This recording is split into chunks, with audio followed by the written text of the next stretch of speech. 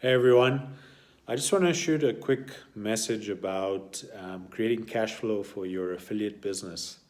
And it's quite a relevant topic in the sense that, when you first start out as an affiliate marketer and you're trying to obviously, build your business, any business really for that matter has a big problem, which is really cash flow. And what we mean by that is basically, money that can be used for various expenses.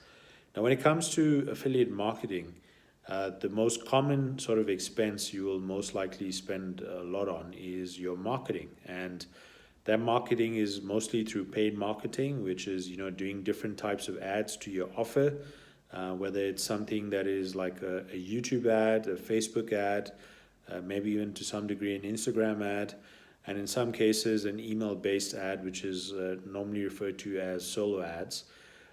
You have to obviously find a way that you ensure that is profitable for you as an affiliate marketer. And then obviously from your profits, you can keep reinvesting to the point that you become really sustainable as a business. So I know on my specific channel, I speak quite a bit about high ticket affiliate marketing because that is really the area that I focus on. But one of the things that I felt was important to address was especially taking into consideration the times that we live in and how businesses are really struggling or how people online are struggling to obviously meet certain ends. It's very important to look at a strategy or a way to obviously ensure that you're creating some kind of cash flow for your business, specifically for your affiliate marketing business, and if you are someone that is focusing on high ticket affiliate marketing. So the question is, how do you do that exactly? And that's what I just want to quickly address. So for me, what's important is the way to do that is to find some kind of low ticket affiliate opportunity that you can promote that gives you sort of quick returns. So to give you an example, let's say that there's an affiliate offer that you can promote to someone who wants to obviously buy in it, and it costs pretty much something that is along the lines of $10 or less.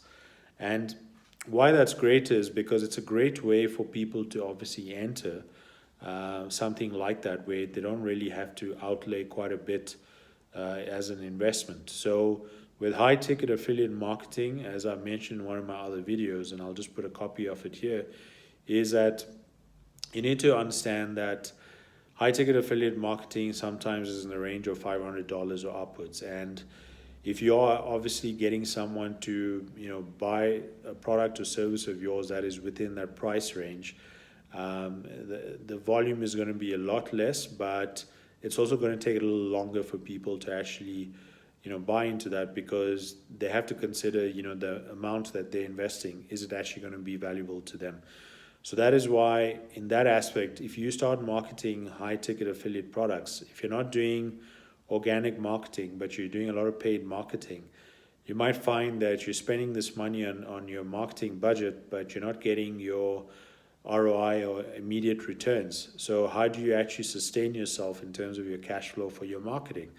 So this is where I think that if you start promoting something with a low ticket entry price, like I said, something that's $10 or less, what will happen then, of course, is that you keep building that to the point where you'll get to a point where you'll be able to reinvest most of that into bigger marketing budgets. So what I want to just give an example is, like, let's say you've got a product that is either something that's free but on the back end has a sort of lower option for someone to get into. Maybe it costs something along the lines of $7.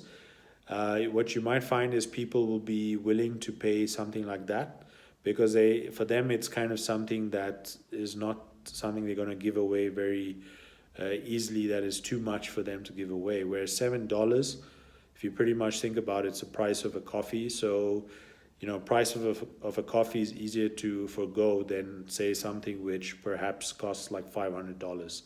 So if you were to do an ad, or let's say you are doing something that's like a solo ad, where you do maybe something along the lines of 100 clicks. So what that means is there are 100 people that will look at this low ticket affiliate offer, and maybe let's say 30 odd people will actually opt into your offer or the landing page that you give where they can actually give their details so they can learn more about this offer, you might find out of those 30 people, maybe 10 people or so will buy that. Now, let's just hypothetically say that that offer was $7. So 10 people means that's $70. Now, I can tell you $70 goes a long way towards marketing, because that same $70, even if you just invested $50 of that again into another sort of ad or solo ad, if you carry on that process and assume that you get the same kind of returns, over time, what you'll find is that you'll be obviously able to, one, build your list, which you can obviously keep sending offers to, and I'm talking about an email list.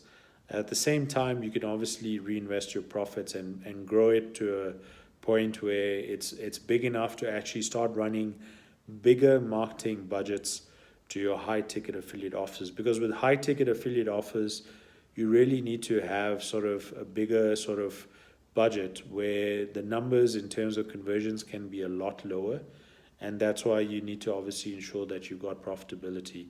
So of course, if you're someone that is working at the moment and is able to fund your marketing, that's great.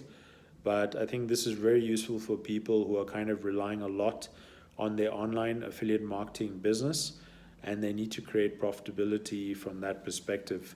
So I hope this is something that has given you some thought about how you can actually create some cash flow for your business. But if you've also found that there's other ways to do that for yourself, and you think it's something that can be useful, then do share it in the comments so that people can also learn from that, because I do believe sharing ideas from that perspective is really helpful, especially in today's times where people are obviously trying to build something, where they've perhaps lost their jobs or they're not able to make ends meet.